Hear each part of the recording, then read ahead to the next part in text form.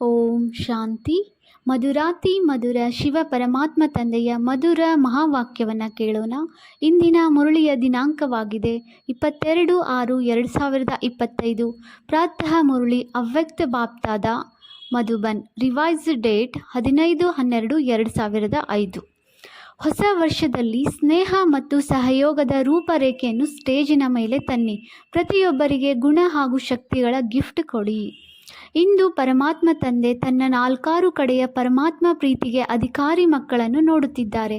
ಈ ಪರಮಾತ್ಮ ಪ್ರೀತಿಯು ವಿಶ್ವದಲ್ಲಿ ಕೋಟಿಯಲ್ಲಿ ಕೆಲವರಿಗೆ ಪ್ರಾಪ್ತಿಯಾಗುತ್ತದೆ. ಈ ಪರಮಾತ್ಮ ಪ್ರೀತಿಯು ನಿಸ್ವಾರ್ಥ ಪ್ರೀತಿಯಾಗಿದೆ, ಏಕೆಂದರೆ ಒಬ್ಬ ಪರಮಾತ್ಮ ಪಿತನೇ ನಿರಾಕಾರ ನಿರಹಂಕಾರಿಯಾಗಿದ್ದಾರೆ. ಮನುಷ್ಯಾತ್ಮರು ಶರೀರಧಾರಿಗಳಾಗಿರುವ ಕಾರಣ ಯಾವುದಾದರೊಂದು ಸ್ವಾರ್ಥದಲ್ಲಿ ಬಂದು ಬಿಡುತ್ತಾರೆ. ಪರಮಾತ್ಮ ತಂದೆಯೇ ತಮ್ಮ ಮಕ್ಕಳಿಗೆ ಇಂತಹ ನಿಸ್ವಾರ್ಥ ಪ್ರೀತಿಯನ್ನು ಕೊಡುತ್ತಾರೆ. ಪರಮಾತ್ಮ ಪ್ರೀತಿಯು ಬ್ರಾಹ್ಮಣ ಜೀವನದ ವಿಶೇಷ ಆಧಾರವಾಗಿದೆ, ಬ್ರಾಹ್ಮಣ ಜೀವನದ ಜೀವಧಾನವಾಗಿದೆ. ಒಂದು ವೇಳೆ ಬ್ರಾಹ್ಮಣ ಜೀವನದಲ್ಲಿ ಪರಮಾತ್ಮ ಪ್ರೀತಿಯ ಅನುಭವವು ಕಡಿಮೆ ಇದೆ ಎಂದರೆ ಪ್ರೀತಿಯ ವಿನಃ ಜೀವನವು ರಮಣೀಕವೆನಿಸುವುದಿಲ್ಲ, ನಿರಸ ಜೀವನವಾಗಿ ಬಿಡುತ್ತದೆ. ಪರಮಾತ್ಮ ಪ್ರೀತಿಯೇ ಜೀವನದಲ್ಲಿ ಸದಾ ಜೊತೆ ಕೊಡುತ್ತದೆ ಮತ್ತು ಜೊತೆಗಾರನಾಗಿ ಸದಾ ಸಹಯೋಗಿಯಾಗಿರುತ್ತದೆ. ಎಲ್ಲಿ ಪ್ರೀತಿ ಇದೆಯೋ, ಜೊತೆ ಇದೆಯೋ, ಅಲ್ಲಿ ಎಲ್ಲವೂ ಬಹಳ ಸಹಜ ಮತ್ತು ಸರಳವಾಗಿ ಬಿಡುತ್ತದೆ. ಪರಿಶ್ರಮದ ಅನುಭವವಾಗುವುದಿಲ್ಲ. ಇಂತಹ ಅನುಭವ ಇದೆಯಲ್ಲವೇ? ಪರಮಾತ್ಮ ಪ್ರಿಯರು ಯಾವುದೇ ವ್ಯಕ್ತಿ ಅಥವಾ ಸಾಧನಗಳ ಆಕರ್ಷಣೆಯಲ್ಲಿ ಬರಲು ಸಾಧ್ಯವಿಲ್ಲ, ಏಕೆಂದರೆ ಪರಮಾತ್ಮನ ಆಕರ್ಷಣೆ, ಪರಮಾತ್ಮನ ಪ್ರೀತಿಯು ಇಂತಹ ಅನುಭವ ಮಾಡಿಸುತ್ತದೆ. ಅವರು ಸದಾ ಪ್ರೀತಿಯ ಕಾರಣ ಲವಲೀನರಾಗಿರುತ್ತಾರೆ. ಇದಕ್ಕೆ ಮನುಷ್ಯರು ಪರಮಾತ್ಮನಲ್ಲಿ ಲೀನವಾಗುವುದೆಂದು ತಿಳಿದುಕೊಂಡರು.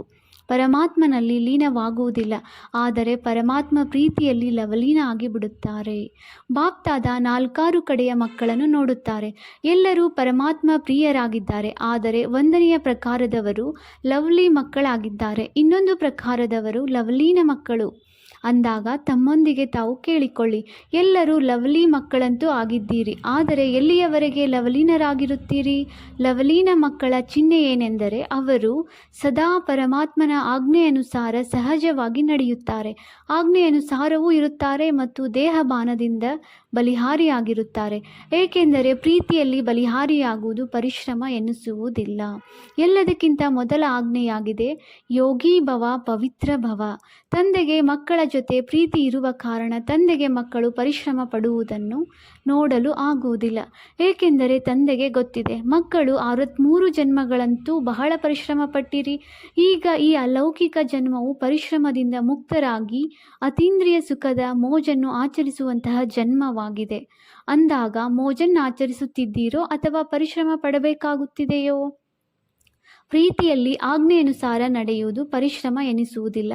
ಒಂದು ವೇಳೆ ಪರಿಶ್ರಮ ಪಡಬೇಕಾಗುತ್ತದೆ ಎಂದರೆ ಅರ್ಥ ಪ್ರೀತಿಯ ಪರ್ಸೆಂಟೇಜ್ ಕಡಿಮೆ ಇದೆ. ಎಲ್ಲಾದರೊಂದು ಕಡೆ ಪ್ರೀತಿಯಲ್ಲಿ ಯಾವುದಾದರೊಂದು ಲೀಕೇಜ್, ಸೋರಿಕೆ ಇದೆ. 2 ಮಾತುಗಳ ಲೀಕೇಜ್ ಪರಿಶ್ರಮ ಪಡುವಂತೆ ಮಾಡುತ್ತದೆ.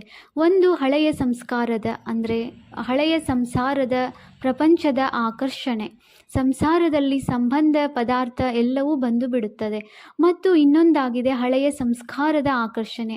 ಈ ಹಳೆಯ ಸಂಸಾರ ಮತ್ತು ಹಳೆಯ ಸಂಸ್ಕಾರವು ತನ್ನ ಕಡೆ ಆಕರ್ಷಿಸಿ ಬಿಡುತ್ತದೆ. ಆದ್ದರಿಂದ ಪರಮಾತ್ಮ ಪ್ರೀತಿಯಲ್ಲಿ ಪರ್ಸೆಂಟೇಜ್ ಆಗಿಬಿಡುತ್ತದೆ. ಪರಿಶೀಲನೆ ಮಾಡಿಕೊಳ್ಳಿ, ಇವೆರಡೂ ಲೀಕೇಜ್ನಿಂದ ಮುಕ್ತರಾಗಿದ್ದೀರಾ? ನೆನಪು ಮಾಡಿಕೊಳ್ಳಿ, ತಾವಾತ್ಮರ ಅನಾದಿ ಸಂಸ್ಕಾರ ಮತ್ತು ಆದಿ ಸಂಸ್ಕಾರವು ಏನಾಗಿತ್ತು ಮತ್ತು ಈಗ ಅಂತ್ಯದ ಬ್ರಾಹ್ಮಣ ಜೀವನದ ಸಂಸ್ಕಾರವು ಯಾವುದಾಗಿದೆ? ಅನಾದಿ, ಆದಿ ಮತ್ತು ಅಂತ್ಯದ ಸಂಸ್ಕಾರವು ಶ್ರೇಷ್ಠ ಸಂಸ್ಕಾರವಾಗಿದೆ. ಈ ಹಳೆಯ ಸಂಸ್ಕಾರವು ಮಧ್ಯಕಾಲದ ಸಂಸ್ಕಾರವಾಗಿದೆ. ಇದು ಅನಾದಿಯೂ ಅಲ್ಲ, ಆದಿಯೂ ಅಲ್ಲ, ಅಂತಿಮದ ಸಂಸ್ಕಾರವೂ ಅಲ್ಲ. ಆದರೆ ಎಲ್ಲರ ಲಕ್ಷ್ಯವು ಏನಾಗಿದೆ? ಯಾವುದೇ ಮಕ್ಕಳನ್ನು ಕೇಳಿದರೂ ಸಹ ಒಂದೇ ಉತ್ತರವನ್ನು ಕೊಡುತ್ತಾರೆ, ತಂದೆಯ ಸಮಾನರಾಗುವ ಲಕ್ಷ್ಯವಿದೆ ಎಂದು. ಲಕ್ಷ್ಯವೂ ಇದೆ ಆಗಿದೆಯಲ್ಲವೇ? ಅಂದ ಮೇಲೆ ಕೈ ಎತ್ತಿರಿ. ಇದೇ ಲಕ್ಷ್ಯವಿದೆಯಲ್ಲವೇ? ಅಥವಾ ಮಧ್ಯದಲ್ಲಿ ಬದಲಾಗಿ ಬಿಡುತ್ತದೆಯೋ? ಅಂದಾಗ ತಂದೆಯು ಮಕ್ಕಳೊಂದಿಗೆ ಕೇಳುತ್ತಾರೆ, ತಂದೆ ಮತ್ತು ದಾದಾ ಇಬ್ಬರ ಸಮಾನ ಸಂಸ್ಕಾರವು ಯಾವುದಾಗಿದೆ?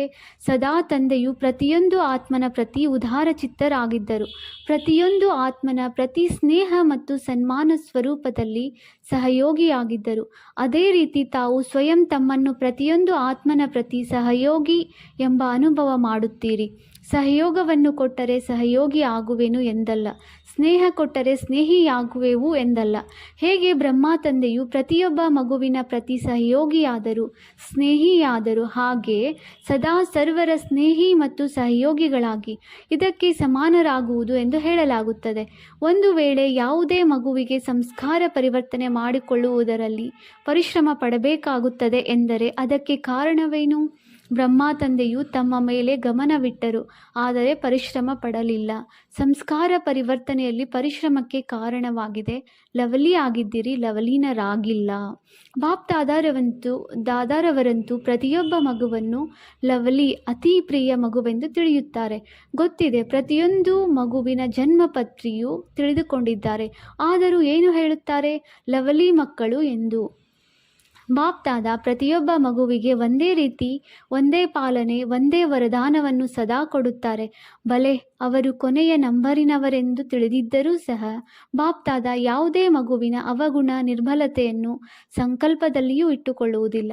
ನನ್ನ ಮುದ್ದು ಮಗುವಾಗಿದ್ದಾರೆ, ಅಗಲಿ ಹೋಗಿ ಮರಳಿ ಸಿಕ್ಕಿದ ಮುದ್ದು ಮಗುವಾಗಿದ್ದಾರೆ, ಮಧುರಾತಿ ಮಧುರ ಮಗುವಾಗಿದ್ದಾರೆ. ಇದೇ ದೃಷ್ಟಿ ಮತ್ತು ವೃತ್ತಿಯಿಂದ ನೋಡುತ್ತಾರೆ, ಏಕೆಂದರೆ ಬಾಪ್ ದಾದಾರವರಿಗೆ ಗೊತ್ತಿದೆ, ಇದೇ ವೃತ್ತಿ ಮತ್ತು ಶ್ರೇಷ್ಠ ದೃಷ್ಟಿಯಿಂದ ನಿರ್ಬಲರೂ ಸಹ ಮಹಾವೀರನಾಗಿ ಬಿಡುವರು. ಹಾಗೆಯೇ ತಾವೂ ಸಹ ತಮ್ಮ ಶ್ರೇಷ್ಠ ವೃತ್ತಿ ಮತ್ತು ಶುಭ ಭಾವನೆ, ಶುಭ ಕಾಮನೆಯ ಮೂಲಕ ಯಾರದೇ ಪರಿವರ್ತನೆಯನ್ನು ಮಾಡಬಲ್ಲಿರಿ. ನಾವು ಪ್ರಕೃತಿಯನ್ನು ಸಹ ಪರಿವರ್ತನೆ ಮಾಡಿ ತೋರಿಸುತ್ತೇವೆಂದು ತಾವು ಚಾಲೆಂಜ್ ಮಾಡಿದ್ದೀರಿ. ಅಂದ ಮೇಲೆ ಆತ್ಮಗಳ ಪರಿವರ್ತನೆ ಮಾಡಲು ಸಾಧ್ಯವಿಲ್ಲವೇ?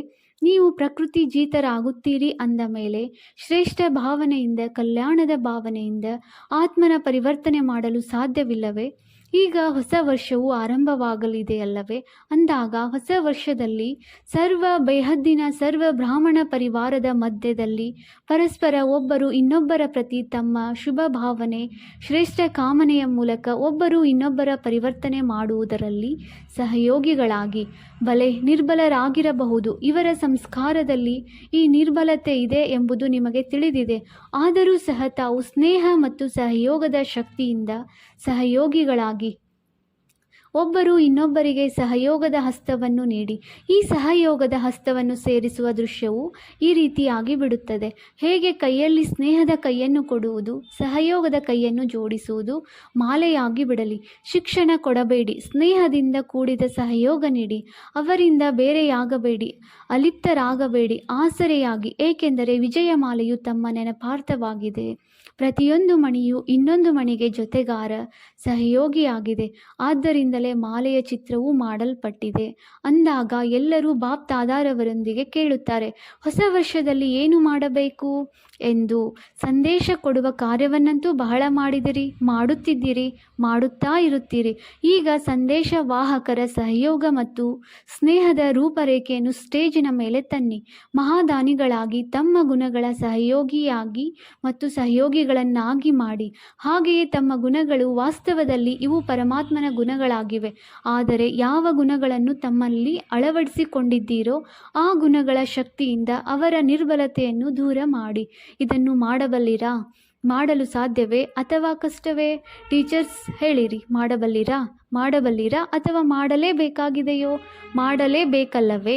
ಯಾವುದೇ ನಿರ್ಬಲತೆ ಇರಬಾರದು, ಏಕೆಂದರೆ ತಾವು ಕೋಟಿಯಲ್ಲಿ ಕೆಲವರಲ್ಲವೇ? ಬಲೆ ಕೊನೆಯ ಮಣಿಯಾಗಿರಬಹುದು, ಆದರೆ ಕೋಟಿಯಲ್ಲಿ ಕೆಲವರಾದ ಆತ್ಮನಲ್ಲವೇ?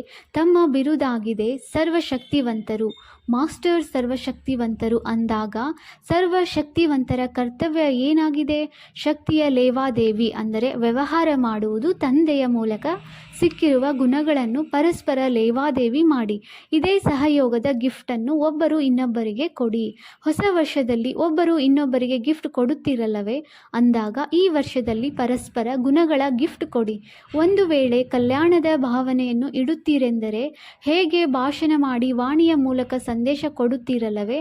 ಹಾಗೆಯೇ ತಮ್ಮ ಕಲ್ಯಾಣದ ಭಾವನೆಯ ಮೂಲಕ, ಕಲ್ಯಾಣದ ವೃತ್ತಿಯ ಮೂಲಕ, ಕಲ್ಯಾಣದ ವಾಯುಮಂಡಲದ ಮೂಲಕ ಈ ಗುಣಗಳ ಗಿಫ್ಟ್ ಕೊಡಿ. ಶಕ್ತಿಗಳ ಗುಣಗಳ ಗಿಫ್ಟ್ ಕೊಡಿ. ನಿರ್ಬಲರಿಗೆ ಸಹಯೋಗ ನೀಡುವುದು ಇದು ಸಮಯದಲ್ಲಿ ಗಿಫ್ಟ್ ಕೊಡುವುದಾಗಿದೆ. ಬಿದ್ದಿರುವವರನ್ನು ಬೀಳಿಸಬೇಡಿ, ಮೇಲೆತ್ತಿರಿ, ಎದ್ದು ನಿಲ್ಲಿಸಿ. ಇವರು ಹೀಗಿದ್ದಾರೆ ಎಂದಲ್ಲ. ಇವರು ಪ್ರಭುವಿನ ಪ್ರೀತಿಗೆ ಪಾತ್ರರಾಗಿದ್ದಾರೆ. ಕೋಟಿಯಲ್ಲಿ ಕೆಲವರಾದ ಆತ್ಮನಾಗಿದ್ದಾರೆ, ವಿಶೇಷ ಆತ್ಮನಾಗಿದ್ದಾರೆ, ವಿಜಯಗಳಾಗುವಂತಹ ಆತ್ಮನಾಗಿದ್ದಾರೆ. ಈ ದೃಷ್ಟಿಯನ್ನಿಡಿ. ಈಗ ವೃತ್ತಿ ದೃಷ್ಟಿ ವಾಯುಮಂಡಲವನ್ನು ಪರಿವರ್ತನೆ ಮಾಡಿ. ಏನಾದರೂ ನವೀನತೆ ಮಾಡಬೇಕಲ್ಲವೇ? ನಿರ್ಬಲತೆಯನ್ನು ನೋಡುತ್ತಿದ್ದರೂ ನೋಡದಂತಿರಿ. ಉಮ್ಮಂಗ ನೀಡಿ, ಸಹಯೋಗ ಕೊಡಿ. ಇಂತಹ ಬ್ರಾಹ್ಮಣ ಸಂಘಟನೆಯನ್ನು ತಯಾರು ಮಾಡಿ. ಆಗ ಬಾಪ್ತಾದ ವಿಜಯದ ಚಪ್ಪಾಳೆ ತಟ್ಟುವರು. ತಾವೂ ಸಹ ಪದೇ ಪದೇ ಚಪ್ಪಾಳೆ ತಟ್ಟುತ್ತೀರಲ್ಲವೇ? ಬಾಪ್ತಾದ ಶುಭಾಶಯಗಳು, ಆಶೀರ್ವಾದಗಳು, ವಂದನೆಗಳು. ಇದರ ಚಪ್ಪಾಳೆಯನ್ನು ತಟ್ಟುವರು. ತಾವೂ ಸಹ ಜೊತೆಯಲ್ಲಿ ಚಪ್ಪಾಳೆಯನ್ನು ತಟ್ಟುತ್ತಿರುತ್ತೀರಲ್ಲವೇ? ಈಗ ಚಪ್ಪಾಳೆ ತಟ್ಟಿದಿರಿ ಅಂದಾಗ ಎಷ್ಟು ಚೆನ್ನಾಗಿತ್ತು. ಆದರೆ ವಿಶ್ವದ ಮುಂದೆ ಚಪ್ಪಾಳೆಯನ್ನು ತಟ್ಟಬೇಕು. ಅರ್ಥಾತ್ ಎಲ್ಲರ ಮುಖದಿಂದ ಇದೇ ಕೂಗು ಹೊರಡಲಿ: ನಮ್ಮ ಇಷ್ಟ ದೇವತೆಯು ಬಂದು ಬಿಟ್ಟರು, ನಮ್ಮ ಪೂಜ್ಯರು ಬಂದು ಬಿಟ್ಟರು. ಲಕ್ಷ್ಯವಂತೂ ಪಕ್ಕಾ ಇದೆಯಲ್ಲವೇ? ಮಾಡಲೇಬೇಕೆಂದು ಲಕ್ಷ್ಯವು ಪಕ್ಕಾ ಇದೆಯೇ? ಅಥವಾ ನೋಡೋಣ, ಪ್ಲ್ಯಾನ್ ಮಾಡೋಣ ಎನ್ನುತ್ತೀರಾ? ಮಾಡಲೇಬೇಕಾಗಿದೆ. ಪ್ಲ್ಯಾನ್ ಅಲ್ಲ, ಮಾಡಲೇಬೇಕು. ಈಗ ಎಲ್ಲರೂ ಕಾಯುತ್ತಿದ್ದಾರೆ. ಈಗ ಅವರ ಕಾಯುವಿಕೆಯನ್ನು ಸಮಾಪ್ತಿ ಮಾಡಿ ಪ್ರತ್ಯಕ್ಷವಾಗುವ ಸಿದ್ಧತೆ ಮಾಡಿಕೊಳ್ಳಿ. ನೋಡಿ, ಈಗ ಪ್ರಕೃತಿಯೂ ಸಹ ಎಷ್ಟೊಂದು ಬೇಸರವಾಗಿದೆ ಅಂದಾಗ ಪ್ರಕೃತಿಯನ್ನೂ ಸಹ ಶಾಂತಗೊಳಿಸಿ. ತಾವು ಪ್ರತ್ಯಕ್ಷವಾಗುತ್ತೀರೆಂದರೆ ವಿಶ್ವಶಾಂತಿಯು ಸ್ವತಃ ಆಗಿಬಿಡುವುದು. ಒಳ್ಳೆಯದು. ಈಗಿನ ವಿಶ್ವದಲ್ಲಿ ವಿಶೇಷವಾಗಿ 2 ಮಾತುಗಳು ನಡೆಯುತ್ತವೆ. ಒಂದು ವ್ಯಾಯಾಮ, ಇನ್ನೊಂದು ಭೋಜನದ ಮೇಲೆ ಗಮನ ಅಂದಾಗ ತಾವು ಸಹ ಈ 2 ಮಾತುಗಳನ್ನು ಮಾಡುತ್ತೀರಾ? ತಮ್ಮ ವ್ಯಾಯಾಮ ಯಾವುದಾಗಿದೆ? ಶಾರೀರಿಕ ವ್ಯಾಯಾಮವಂತೂ ಎಲ್ಲರೂ ಮಾಡುತ್ತಾರೆ. ಮನಸ್ಸಿನ ವ್ಯಾಯಾಮ ಈಗೀಗ ಬ್ರಾಹ್ಮಣರಿಂದ ಫರಿಷ್ಠ ಮತ್ತು ಫರಿಷ್ಠೆಯಿಂದ ದೇವತಾ. ಈ ಮನಸ್ಸಿನ ವ್ಯಾಯಾಮದ ಅಭ್ಯಾಸವನ್ನು ಸದಾ ಮಾಡುತ್ತಾ ಇರಿ. ಮತ್ತು ಶುದ್ಧ ಭೋಜನವು ಮನಸ್ಸಿನ ಶುದ್ಧ ಸಂಕಲ್ಪಗಳು. ಒಂದು ವೇಳೆ ವ್ಯರ್ಥ ಸಂಕಲ್ಪ, ನಕಾರಾತ್ಮಕ ಸಂಕಲ್ಪಗಳು ನಡೆಯುತ್ತವೆ ಎಂದರೆ ಇವು ಮನಸ್ಸಿನ ಅಶುದ್ಧ ಭೋಜನವಾಗಿದೆ. ಅಂದಾಗ ಮನಸ್ಸಿನಲ್ಲಿ ಸದಾ ಶುದ್ಧ ಸಂಕಲ್ಪವಿರಲಿ. ಇವೆರಡನ್ನೂ ಮಾಡಲು ಬರುತ್ತದೆಯಲ್ಲವೇ? ಎಷ್ಟು ಸಮಯ ಬೇಕೋ ಅಷ್ಟು ಸಮಯ ಶುದ್ಧ ಸಂಕಲ್ಪ ಸ್ವರೂಪರಾಗಿ ಬಿಡಿ. ಒಳ್ಳೆಯದು. 4 ಕಡೆಯ ಪರಮಾತ್ಮ ಪ್ರೀತಿಗೆ ಅಧಿಕಾರಿ ವಿಶೇಷ ಆತ್ಮಗಳಿಗೆ ಸದಾ ಒಬ್ಬರು ಇನ್ನೊಬ್ಬರ ಸಹಯೋಗಿಗಳಾಗುವಂತಹ ತಂದೆಯ ಸ್ನೇಹಿ ಮತ್ತು ಸಹಯೋಗಿ ಆತ್ಮರಿಗೆ ಸದಾ ವಿಜಯಿಗಳಾಗಿದ್ದೇವೆ ಮತ್ತು ವಿಶ್ವದಲ್ಲಿ ವಿಜಯದ ಧ್ವಜವನ್ನು ಹಾರಿಸಬೇಕಾಗಿದೆ. ಈ ಲಕ್ಷ್ಯವನ್ನು ಪ್ರತ್ಯಕ್ಷದಲ್ಲಿ ತರುವಂತಹ ವಿಜಯೀ ಮಕ್ಕಳಿಗೆ ಸದಾ ಈ ಹಳೆಯ ಸಂಸ್ಕಾರ ಮತ್ತು ಸಂಸಾರದ ಆಕರ್ಷಣೆಯಿಂದ ದೂರವಿರುವಂತಹ ತಂದೆಯ ಸಮಾನ ಮಕ್ಕಳಿಗೆ ಹೃದಯ ರಾಮ ತಂದೆಯ ಹೃದಯಪೂರ್ವಕ ನೆನಪು, ಪ್ರೀತಿ ಹಾಗೂ ನಮಸ್ತೆ. ನಾವು ಮಕ್ಕಳಿಂದ ಬಾಪ್ದಾದಾರವರಿಗೆ ಹೃದಯಪೂರ್ವಕ ನೆನಪು, ಪ್ರೀತಿ ಹಾಗೂ ನಮಸ್ತೆ. ದಾದೀಜಿ ಅವರೊಂದಿಗೆ ಬಹಳ ಚೆನ್ನಾಗಿ ಪಾತ್ರವನ್ನು ಅಭಿನಯಿಸುತ್ತಿದ್ದೀರಿ. ತಮ್ಮನ್ನು ನೋಡಿ ಎಲ್ಲರಿಗೆ ಫರಿಷ್ಠಾ ಜೀವನವು ನೆನಪು ಬರುತ್ತದೆ. ಭಿನ್ನ ಮತ್ತು ಪ್ರಿಯ. ಗುಜರಾತಿನ ಮುಖ್ಯ 13 ಮಂದಿ ಸಹೋದರಿಯವರೊಂದಿಗೆ ಒಳ್ಳೊಳ್ಳೆಯ ಮಹಾವೀರರಿದ್ದೀರಿ. ಮಹಾವೀರರ ಕೆಲಸವಾಗಿದೆ ವಿಜಯಗಳನ್ನಾಗಿ ಮಾಡುವುದು. ಅಂದಾಗ ಎಲ್ಲರೂ ಒಳ್ಳೆಯ ಸೇವೆ ಮಾಡುತ್ತಿದ್ದೀರಿ ಮತ್ತು ಮುಂದೆಯೂ ಸೇವೆಯಾಗುತ್ತಾ ಇರುವುದು. ಬಾಪ್ದಾದಾರವರಿಗೆ ಮಕ್ಕಳ ಉಮ್ಮಂಗ ಉತ್ಸಾಹವನ್ನು ನೋಡಿ ಖುಷಿಯಾಗುತ್ತದೆ. ಬಾಪ್ದಾದಾರವರಿಗೂ ಸಹ ಎಲ್ಲ ಮಕ್ಕಳು ಆಶಾದೀಪಗಳಂತೆ ಕಾಣುತ್ತಿದ್ದೀರಿ. ಒಳ್ಳೆಯದು. ಸಂಘಟನೆಯು ಚೆನ್ನಾಗಿದೆ. ಒಬ್ಬೊಬ್ಬರ ವಿಶೇಷತೆ ಇದೆ. ಖುಷಿಯನ್ನು ಖುಷಿಯಿಂದ ಹಂಚುವರು. ಸರಳಾ ದೀದಿಯವರು ಕೇಳುತ್ತಿದ್ದಾರೆ. ದಾದೀಜಿಯವರು ಮಾಲೆಯಲ್ಲಿ ಯಾರನ್ನು ಇಟ್ಟಿದ್ದಾರೆ? ತಾವೇನು ತಿಳಿಯುತ್ತೀರಿ? ನಾವಂತೂ ಇರುತ್ತೇವೆ ಅಲ್ಲವೇ ಎಂದು ತಿಳಿಯುತ್ತೀರಾ? ಒಬ್ಬರು ಇನ್ನೊಬ್ಬರಿಗೆ ಸಹಾಯ ಕೊಡಿ. ಆಗ ಮತ್ತೇನು ಇಲ್ಲವೂ ಇದೆಯೋ ಅದು ಸಮಾಪ್ತಿಯಾಗುವುದು. ಎಲ್ಲರೂ ತಂದೆಯ ಸಮಾನರಾಗುವವರೇ ಆಗಿದ್ದೀರಿ. ಏನು ನವೀನತೆ ಮಾಡುವುದು? ತಿಳಿಸಿದ್ದೇವೆ ಅಲ್ಲವೇ? ಒಂದೊಂದು ಸೇವಾ ಕೇಂದ್ರದವರು ಕೊನೆ ಪಕ್ಷ ಒಬ್ಬ ವಾರಸುದಾರರನ್ನು ತಯಾರು ಮಾಡಿ. ಈ ವರ್ಷ ಅವರನ್ನು ಕರೆ ತನ್ನಿ. 21 ಮಂದಿ ವಾರಸುದಾರರನ್ನು ಕರೆದುಕೊಂಡು ಬನ್ನಿ. ಈಗ ಆರಂಭಿಸಿ. ಮೊದಲ ನಂಬರಿನಲ್ಲಿ ಬನ್ನಿ. ಹೌದು ಎನ್ನುತ್ತಿದ್ದಾರೆ. ವಾರಸುದಾರನ ಕ್ವಾಲಿಫಿಕೇಶನ್, ಅರ್ಹತೆ ತಿಳಿದುಕೊಂಡಿದ್ದೀರಲ್ಲವೇ? ಇವೆಲ್ಲವನ್ನು ತಂದೆಯವರನ್ನಾಗಿ ಮಾಡುತ್ತಿರಲ್ಲವೇ? ತನ್ನವರನ್ನಾಗಿ ಅಲ್ಲ. ಒಳ್ಳೆಯದು. ಗುಜರಾತಿನದೇ ಸೇವೆಯಾಗಿದೆ. ಗುಜರಾತಿನವರೇ ಮಿಲನ ಮಾಡಲು ಬಂದಿದ್ದಾರೆ. ಗುಜರಾತಿನವರು ಯಾರೆಲ್ಲರೂ ಬಂದಿದ್ದೀರೋ ಅಥವಾ ಸೇವೆಗಾಗಿ ಬಂದಿದ್ದೀರೋ ಎಲ್ಲರೂ ಕೈ ಎತ್ತಿರಿ. ಬಹಳ ಮಂದಿ ಇದ್ದಾರೆ. ಬಹಳ ಒಳ್ಳೆಯದು. ಒಳ್ಳೆಯ ಅವಕಾಶವನ್ನು ತೆಗೆದುಕೊಂಡಿದ್ದೀರಿ. ಬಾಪ್ದಾದ ಗುಜರಾತಿಗೆ ಹೇಳುತ್ತಾರೆ. ಸಿಂಧಿ ಭಾಷೆಯಲ್ಲಿ ಒಂದು ಗಾದೆ ಇದೆ. ಜೋ ಚುಲ್ ಫರ್ ಹೈ ಓ ದಿಲ್ ಫರ್ ಹೈ. ಯಾರು ಸಮೀಪ ಇರುವರೋ ಅವರು ಹೃದಯದಲ್ಲಿ ಇರುವರು ಅಂದಾಗ ಎಲ್ಲದಕ್ಕಿಂತ ಸಮೀಪಕ್ಕಿಂತ ಸಮೀಪ ಗುಜರಾತ್ ಇದೆ. ಯಾರು ಸಮೀಪ ಇರುತ್ತಾರೆಯೋ ಅವರಿಗೆ ಬಹಳ ಕೊನೆಯಲ್ಲಿದ್ದಾರೆ, ಅಂದರೆ ಕರೆದ ತಕ್ಷಣ ಬಂದು ಬಿಡುವರು ಎಂದು ಹೇಳುತ್ತಾರೆ. ಅಂದಾಗ ಗುಜರಾತಿನವರು ಈ ರೀತಿ ಎವರಡಿದ್ದೀರಲ್ಲವೇ, ಯಾವಾಗ ಕರೆದರೂ ಸಹ ಬಂದು ಬರುತ್ತೀರಲ್ಲವೇ, ಪರಿವಾರವನ್ನು ನೋಡುತ್ತೀರೋ ಅಥವಾ ಬಂದು ಬಿಡುತ್ತೀರೋ, ಎವರಡಿ ಆಗಿದ್ದೀರಿ, ಒಳ್ಳೆಯದು. ಸಾಕಾರ ಬ್ರಹ್ಮ ತಂದೆಯ ಪ್ರೇರಣೆಯಿಂದ ಗುಜರಾತ್ ಸ್ಥಾಪನೆಯಾಗಿದೆ. ಗುಜರಾತಿನವರು ಗುಜರಾತಿಗೆ ನಿಮಂತ್ರಣ ಕೊಡಲಿಲ್ಲ, ಬ್ರಹ್ಮ ತಂದೆಯೇ ಗುಜರಾತಿನಲ್ಲಿ ಸೇವೆ ಮಾಡಿದ್ದಾರೆ. ಅಂದಾಗ ಗುಜರಾತಿನ ಮೇಲೆ ವಿಶೇಷವಾಗಿ ಬ್ರಹ್ಮ ತಂದೆಯ ದೃಷ್ಟಿಯೂ ಬಿದ್ದಿದೆ ಮತ್ತು ಗುಜರಾತಿನವರು ಪುರುಷಾರ್ಥವನ್ನು ಮಾಡಿದ್ದೀರಿ. ಸೇವಾ ಕೇಂದ್ರಗಳನ್ನು ತೆರೆದಿದ್ದೀರಿ. ಎಷ್ಟು ಸೇವಾ ಕೇಂದ್ರಗಳಿವೆ? 300 ಸೇವಾ ಕೇಂದ್ರಗಳು, ಉಪ ಸೇವಾ ಕೇಂದ್ರಗಳಿವೆ ಮತ್ತು 3000 ಗೀತಾ ಪಾಠಶಾಲೆಗಳು ಇವೆ. ಒಳ್ಳೆಯದು. ಎಲ್ಲದಕ್ಕಿಂತ ಹೆಚ್ಚು ಸೇವಾ ಕೇಂದ್ರಗಳು ಯಾವ ಝೋನ್ನದ್ದಾಗಿದೆ? ಬಾಂಬೆ ಮತ್ತು ಮಹಾರಾಷ್ಟ್ರ. ಒಳ್ಳೆಯದು. ಮಹಾರಾಷ್ಟ್ರದವರು ಬಂದಿದ್ದೀರಾ? ಇಂದು ಬಂದಿಲ್ಲ. ಎಲ್ಲದಕ್ಕಿಂತ ಹೆಚ್ಚು ಸೇವಾ ಕೇಂದ್ರಗಳು ಮಹಾರಾಷ್ಟ್ರದ್ದಾಗಿದೆ. ಗುಜರಾತಿನವರು ಸೇವೆಯನ್ನಂತೂ ಚೆನ್ನಾಗಿ ಮಾಡುತ್ತಿದ್ದೀರಿ. ಗುಜರಾತಿನ ವಿಸ್ತಾರವಂತೂ ಚೆನ್ನಾಗಿದೆ.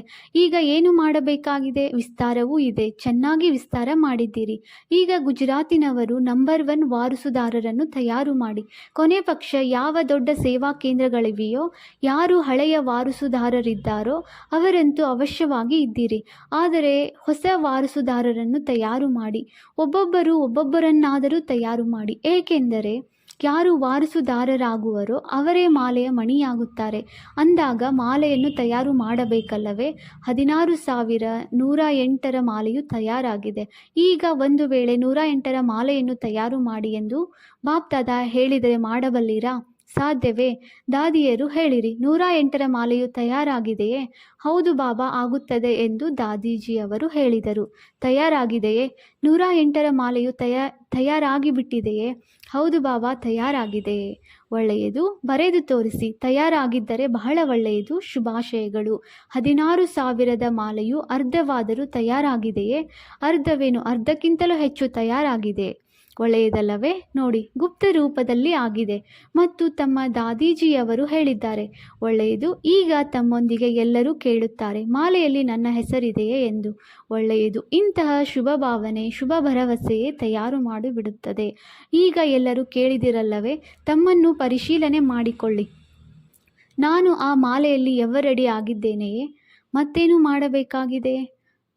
CAD group. ಒಳ್ಳೆಯದು. ಸಂದೇಶವನ್ನು ಹರಡುವ ಈ ಸಾಧನವು ಬಹಳ ಚೆನ್ನಾಗಿದೆ, ಏಕೆಂದರೆ ಪ್ರತ್ಯಕ್ಷ ಪ್ರಮಾಣವನ್ನು ನೋಡುತ್ತಾರಲ್ಲವೇ ಮತ್ತು ಖರ್ಚಿಲ್ಲದೆ ರಾಜಯೋಗದ ಮೂಲಕ ಗುಣ ಹೊಂದುವುದು, ಅಂದರೆ ವಾಸಿಯಾಗುವುದು ಎಲ್ಲರಿಗೆ ಬಹಳ ಇಷ್ಟವಾಗುತ್ತದೆ. ಇನ್ನೂ ಇದನ್ನು ನಿಧಾನವಾಗಿ ವೃದ್ಧಿ ಮಾಡುತ್ತಾ ಹೋಗಿ.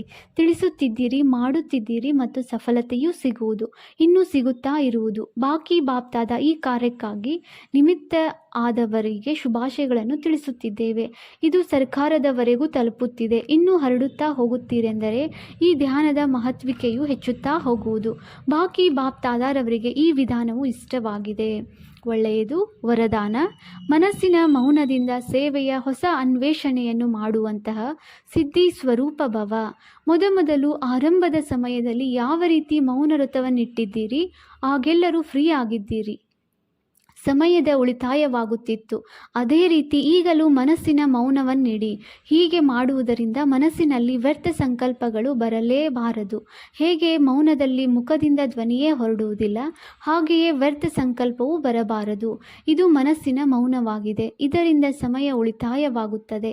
ಈ ಮನಸ್ಸಿನ ಮೌನದಿಂದ ಸೇವೆಯ ಹೊಸ ಅನ್ವೇಷಣೆಯು ಹೊರಬರುತ್ತದೆ. ಅದರಿಂದ ಸಾಧನೆಯು ಕಡಿಮೆ ಮತ್ತು ಸಿದ್ಧಿಯು ಹೆಚ್ಚಿನದಾಗಿದೆ ಪ್ರಾಪ್ತಿಯಾಗುತ್ತದೆ.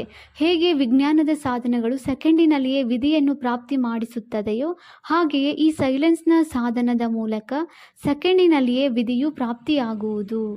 ಸ್ಲೋಗನ್: ಸ್ವಯಂ ಯಾರು ಸಮರ್ಪಿತ ಸ್ಥಿತಿಯಲ್ಲಿ ಇರುತ್ತಾರೆಯೋ ಅವರ ಮುಂದೆ ಸರ್ವರ ಸಹಯೋಗವು ಸಮರ್ಪಿತವಾಗುತ್ತದೆ. ಅವ್ಯಕ್ತ ಸೂಚನೆ: ಆತ್ಮಿಕ ಸ್ಥಿತಿಯಲ್ಲಿರುವಂತಹ ಅಭ್ಯಾಸ ಮಾಡಿ ಅಂತರ್ಮುಖಿಯಾಗಿರಿ. ಅನೇಕ ಪ್ರಕಾರದ ವ್ಯಕ್ತಿ ವೈಭವ ಅಥವಾ ಅನೇಕ ಅನೇಕ ಪ್ರಕಾರದ ವಸ್ತುಗಳ ಸಂಪರ್ಕದಲ್ಲಿ ಬರುತ್ತಾ ಆತ್ಮಿಕ ಭಾವ ಹಾಗೂ ಅನಾಸಕ್ತ ಭಾವ ಧಾರಣೆ ಮಾಡಿ. ಈ ವೈಭವ ಹಾಗೂ ವಸ್ತುಗಳು ಅನಾಸಕ್ತರ ಮುಂದೆ ದಾಸಿಯ ರೂಪದಲ್ಲಿ ಇರುತ್ತದೆ ಹಾಗೂ ಆಸಕ್ತ ಭಾವದವರ ಮುಂದೆ ಆಯಸ್ಕಾಂತದ ತರಹ ಸಿಲುಕಿ ಹಾಕಿಸುವಂತೆ ಇರುತ್ತದೆ. ಓಂ ಶಾಂತಿ.